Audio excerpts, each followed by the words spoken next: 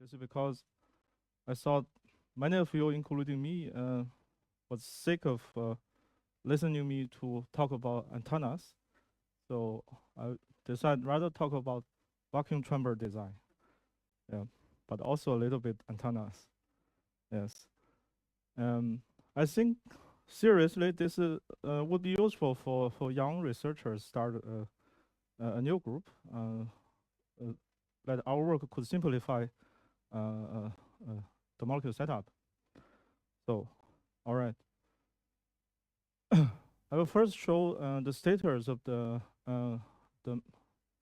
microshielded Fermi gas of molecules, then talk about challenges of cooling them to a lower temperatures, and show our progress towards a compact machine for generating the giant Fermi gas of lithium rubidium molecules. So constant topic for most ultracold molecule lab is collisions and loss.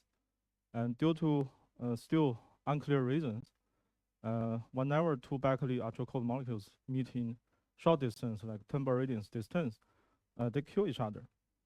And this might relative to this so-called sticky collisions, which I will not talk about much today.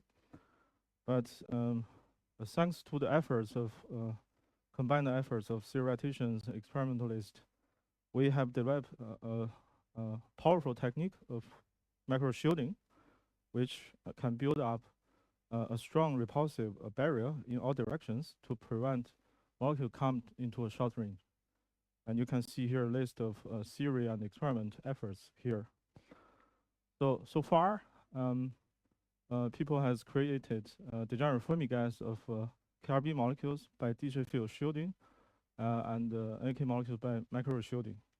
And recently, we have seen the great success on the BCL polymer molecules, demonstrating Sebastian and Dajun's group.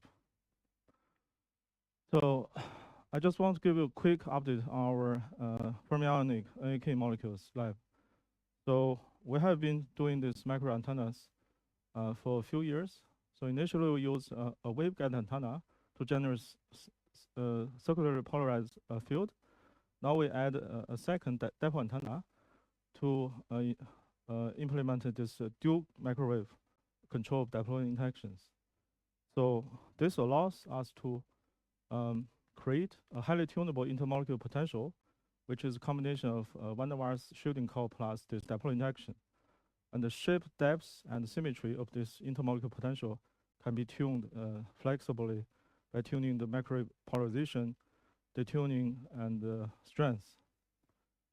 So the latest status of our AK molecules is by adding this dual microfield shielding, we could achieve around 20% Fermi temperature, which lives longer than 1 second. And the dipolar length is now comparable with the particle spacing. So this Fermi gas really enters strongly interacting regime. And just recently, by the hard effort of the team, we observed this long predicted Fermi surface deformation in our molecular Fermi gas. Here you can see this self-difference of the AK Fermi gas momentum distribution with its self-rotated image by 90 degrees. Here you can see this collaborative pattern rotates as we rotate the microwave polarization. So this beautiful work for multi-fields, you can refer to Zeva's talk yesterday and also Christian's poster yesterday. So my personally think is the most intriguing possibility for those shielded molecules is this dipolar BC-SBC crossover. So the interplay between the strong repulsive shielding core and the attractive dipole interaction give you a deep enough potential well, which can support the so-called field-link bound states. This is predicted 20 years ago by John Ball.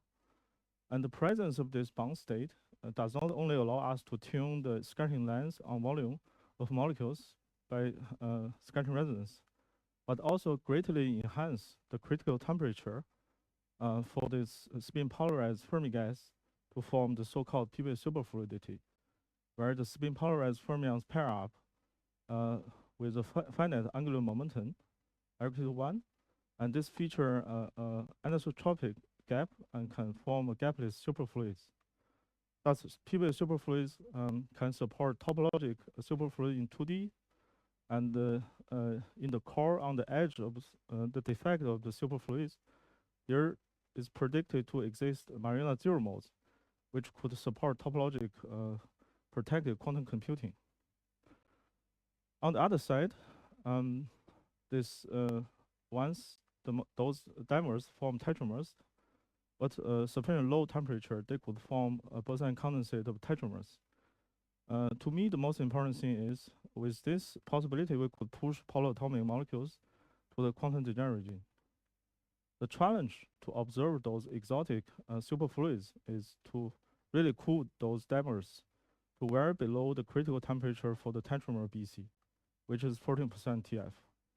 So far, we can only reach about 20% Fermi temperature. This is limited by the collision loss on one-body loss in the Fermi gas. Whenever you create a hole in the Fermi sea due to collision loss, a particle near the Fermi surface drop and excite another particle to around 2 times the Fermi temperature. This gives you a so-called hole heating rate proportional to the ratio of Fermi temperature and the loss rate. So in our case, it's even worse because we have this density-dependent two-body loss. So Reuben and Zhang simulate the whole evaporation process, including the two-body loss and the saturated thermalization effect. They predict that if you want to reach below 10% Fermi temperature, the two-body loss coefficient has to be lower than 1 e minus 13 cubic centimeter per second. So this is really on the edge of AK system. And even worse, if we sweep the system across resonance, the loss rate can increase by a factor of 100. We immediately see a near 100 times higher heating rate. So this prevents us to study the equilibrium of this phase diagram of the BCS-BC crossover. So here comes our new idea to create a degenerate Fermi gas lithium rubidium molecules, because it has the second largest dipole momentum in the Berkeley family fermions. And according to theory, because the large dipole momentum and larger mass, the loss rate is substantially lower than the state-of-art fermionic molecules AK, and it has relatively good collision property. That means they basically don't interact. So there's a hope we can create independently a large B-shaped rubidium and large Fermi gas of lithium, then combine them and let them thermalize near the festival resonance. And those are developed techniques for creating a degenerate quantum gas of rubidium and lithium and even a mixer, like 20 years ago, but in magnetic traps. So I think it's a good balance between a large dipole momentum and technical complexity. So this is my favorite part so far for this talk is we spent around half year with Anton Meyer, which we inspired by this HQA lithium setup. We developed this compact lithium rubidium vacuum system. The whole thing is only within like 600 millimeter, with rubidium 2D mode chamber here and lithium chamber here and the science cell. Our philosophy is we don't put gate valves between chambers, but rather we minimize the vacuum such that we can move it out for maintenance when anything goes wrong. So far, we already get a large rubidium mode and lithium mode and low rubidium mode into a dipole trap. So our careful design of the magnetic coils allows us to reach around 1100 Gauss for resonance control lithium rubidium interaction. Also allows fully open optical access. This is just comparison how this compact lithium rubidium setup compared to traditional dual species vacuum. So this vacuum is so simple that I and the 3 years bachelor student can finish that within 1 month. So several people asked me about the design of the differential pumping stage, so I want to show it here. So the philosophy is we have a rubidium and lithium, and rubidium has a higher pressure but smaller divergence because it's is slower and the mass is larger. So we put this rubidium 2D mode chamber on the far left hand. And here this a natural decay of pressures.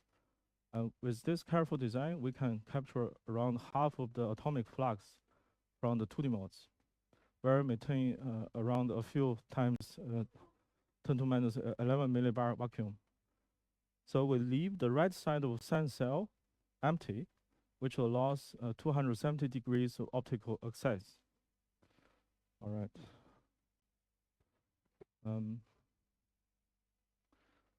So this was calculated by Christine, who now is in AK team. Okay. So the success of this compact vacuum, while still allowing high flux, the key is this lithium 2D mod plus this short distance Zeeman slowing. So here is the structure of our vacuum. So you can see this is lithium oven, and this 2D mode chamber. Above there is a in vacuum mirror which reflect this slowing light and shoot against this lithium flux. And we put full permanent magnets to generate this quadrupole field for this 2D mode. However, this long tail of this quadrupole 2D mode field can also serve as a short distance Zeeman slowing field. Here you can see the atoms start from around 400 meters per second. Velocity can be slowed to below the capture velocity of the 2D mode to around 100 meters per second. So this all thanks to this strong curvature of this magnetic fields here. On the right side is the velocity distribution of the slowed atoms, which show in the orange color. And this blue histogram shows the velocity distribution before the slowing. You can see we can slow all the nearly all the atoms below 400 meters per second zones. So since the probability to find the atoms is proportional to the cubic of the velocity, we actually you take an integration of this area, the flux of the lithium atom increase by a power force to the capture velocity. So simulation by Christine shows that the flux can increase by nearly 60. So this is great so far. And indeed, we observe a huge increase on those lithium mode loading rate. So here you can see the green line is the loading curve of lithium without this Zeeman slowing. It's only about 2E8 atoms per second. When we add this strong Zeeman slowing light, this multi-loading rate increased by a factor of 44 to around 7E9 atoms per second. This is first demonstrated for lithium atom. So you can see the gain is substantially larger than any other alkali metal 2D mode plus Zeeman slowings. So can you click the video? Hello? Just show the audience. So here you can see how fast this lithium mode. Ever work with lithium mode, you will realize how fast this mode loading. It's loading like YE8 atoms per second. Like the sorry for the noise. Okay. All right. So we also investigate the loading rate versus oven temperature. We found that even near the melting point of the lithium, we can still see a tiny red mode after 20-second loading, which really shows the power of this, the gain of the Zeeman slowing. And by increasing the oven temperature to around 370 degrees, we can boost the loading rate to near 10 to 10 atoms per second. This is so far the largest lithium motor loading rate I ever read. We also, but with daily work around 350 degrees to save the lifetime of the vacuum mirror. We also investigate the dependence of loading rate as a function of the repumper. We found that the best is around 10% of the cooler power. So to our delight, we also see that the loading rate almost increased linearly with this Zeeman slowing light power until around 400 milliwatt, we don't see any hint of saturation. So if you have stronger power, means you have a bit more money to buy a powerful laser, you could increase this mode. Yes. So, but we want to work with molecules, so we also need to load rubidium atoms from the mode. So this is dual species mode loading curve. So you see in the beginning, we turn on the push beam mode. We can load around 2E9 rubidium atoms in about 2 seconds. They immediately saturate. Then we turn on the lithium push mode, push beam. So we can see also the lithium mode quickly saturate within 2 seconds. So we see that there's a slightly reduction on the rubidium mode, which is not so obvious, but it's there. This is because interspecies collision loss in the dual species mode. And to make it more clear, we turn off the rubidium push beam such that the rubidium mode decay. You can see a clear increase on the lithium mode. This shows the interspecies collisions loss.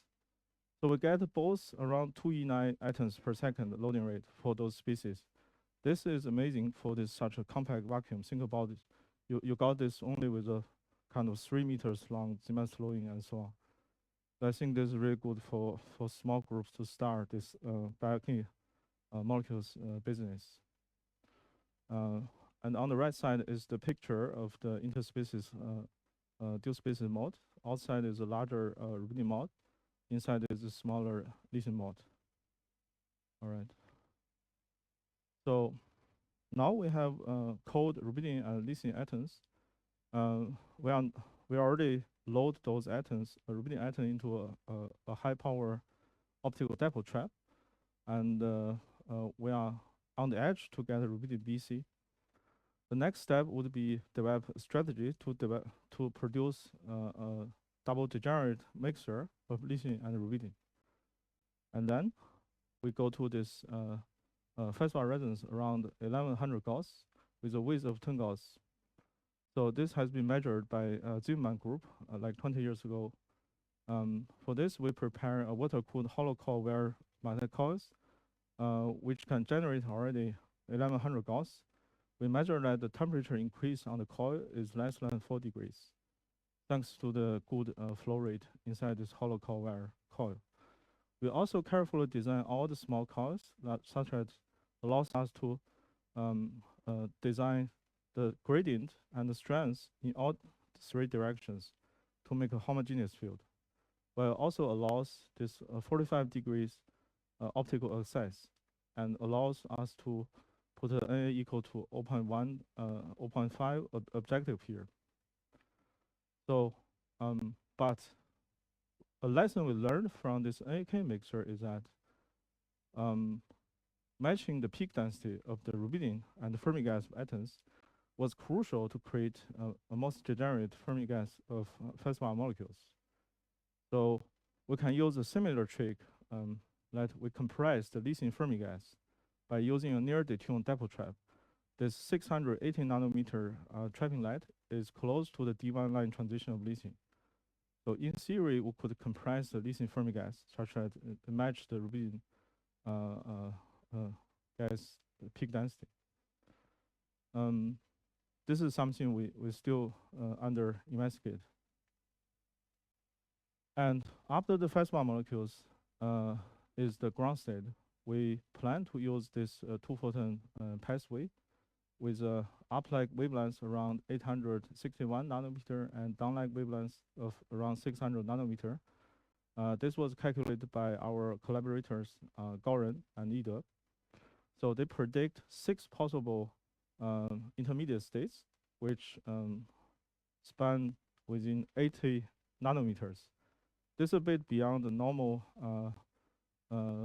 ECDL range. So we have, how to say that, board, a 20 years old MBR110 T-sub laser from our neighbor, Professor Rampi. So this already can output about 1 watt laser and can be tuned from 790 to 870 nanometer light wavelengths. Since the ab initio calculation by the theoretician has an uncertainty of 1 nanometer, we really have to go through all the spectrum lines and send those results to our collaborators and fit the intermolecular potential. So this could take months or years. So this is one of the risks of this project. Yeah. So, but you can see there are tons of lines. There must be 1 or 2 lines should be good enough, hopefully. So the micro shielding. So the last topic is the micro shielding of the lithium rubidium molecules. So here I can show you more clearly how lithium rubidium is in theory better than typical other molecules. So here you can see this two-body loss coefficient as a function of the field strength on Rabi frequency, and the upper one are elastic collision loss rate coefficient. They are at least 10 times better than the state-of-art NAK molecules. Looking at the loss rate, so if we can go to around 100 megahertz Rabi frequency, we could reach 10 to minus 14 centimeter cubic per second loss rate. This should be 10 times lower than the NAK molecules. More importantly, the loss rate on the resonance, especially on the second resonance, is 100 times lower than this AK molecules.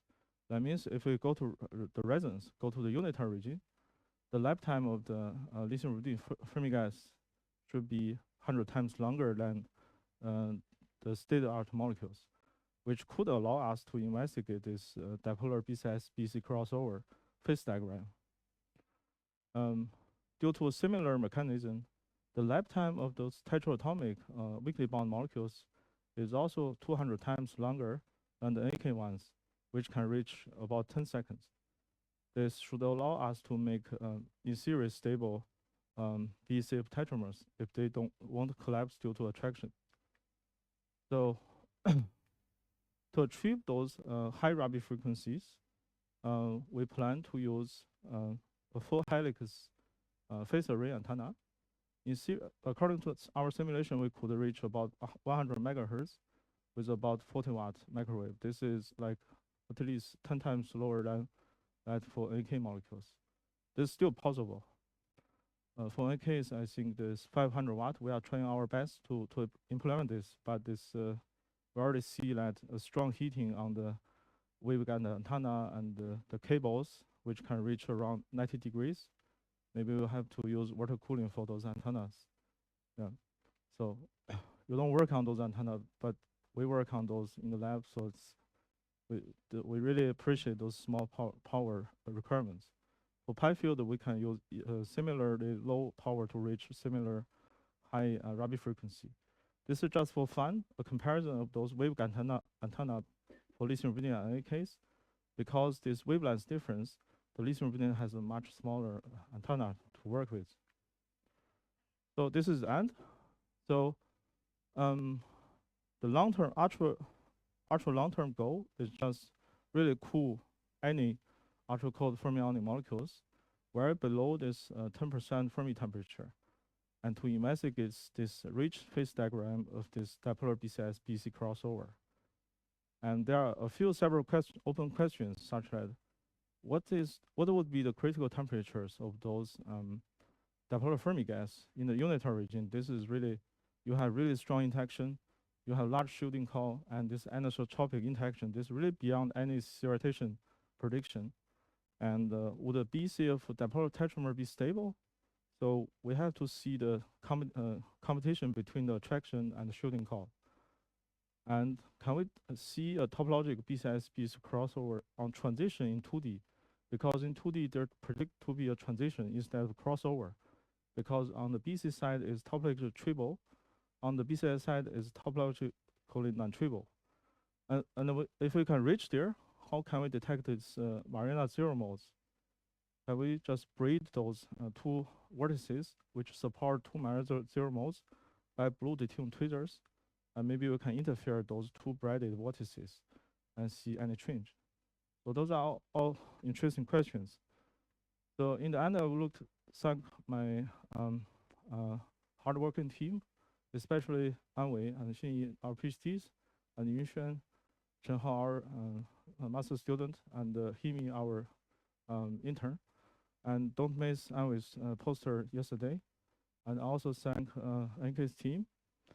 And in the end, since I recently got a position in HECO, we are organizing a winter school about cold atoms and molecules.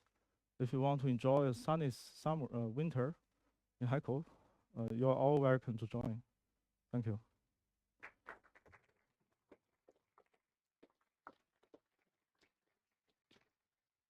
Thanks so much for a beautiful talk.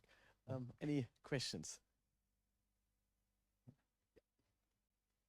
Tajun, yeah. Sorry.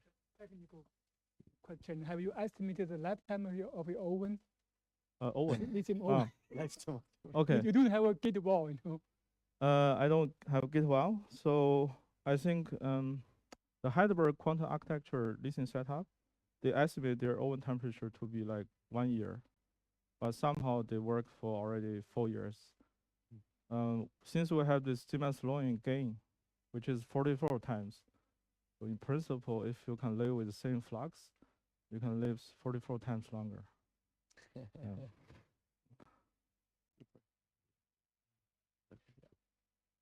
Hi, thanks for your talk. I was just wondering what the advantage of the in-vacuum mirror was, instead of just having like a glass window and then Well, okay, this is just personal preference because a heated window indeed work in our neighbor labs, the so-called Fermi QP team. They heat to 200 degrees. So far, is great. I just worried the student might fuck up the temperature setting to 2000 degrees, and then you know. So this is a personal taste. Yeah. Yeah. Also, worries are power outages. Actually. Yeah. Is it? Are you maybe planning or considering using rubidium-85? Because I mean, no. It has much nicer, I guess, much nicer resonances, or at least at lower fields, broad, and so on. There are issues with rubidium-85, obviously, but yeah, I'm just. What's your opinion on that? Okay, my opinion is no, because I talked to I think a Japanese friend. They told me that they changed to rubidium-85. Took him half year to recover BC and with a 10 times lower number due to whatever reason. And then maybe the strange collisions of rubidium-85 and so on makes it difficult to make a large BC. But our purpose is to make a really large BC, large Fermi gas, and make a large gas of lithium rubidium fastball molecules to have the evaporation of molecules. Yeah, so no. I was wondering on the spectroscopy. In the olden days, people would use these heat pipes, right? Heat pipe ovens, and put lithium, put rubidium. But I don't know whether that was done for those two species. But for example, Ibrahim is doing that sort of spectroscopy. Would that maybe speed up the search, or what is known? Okay. Okay. To my knowledge, it's only the Purdue University team has measured this. Those cross point were measured by the Purdue team, but for rubidium-85 and lithium-7, there's no data to me for those fermionic molecules.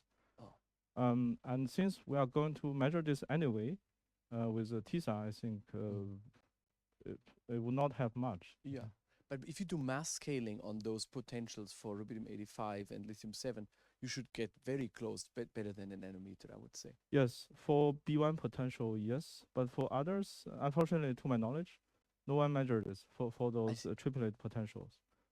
Oh, the triplet are not known. Yes, seems.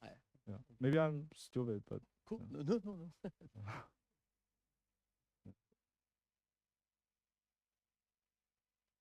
Questions?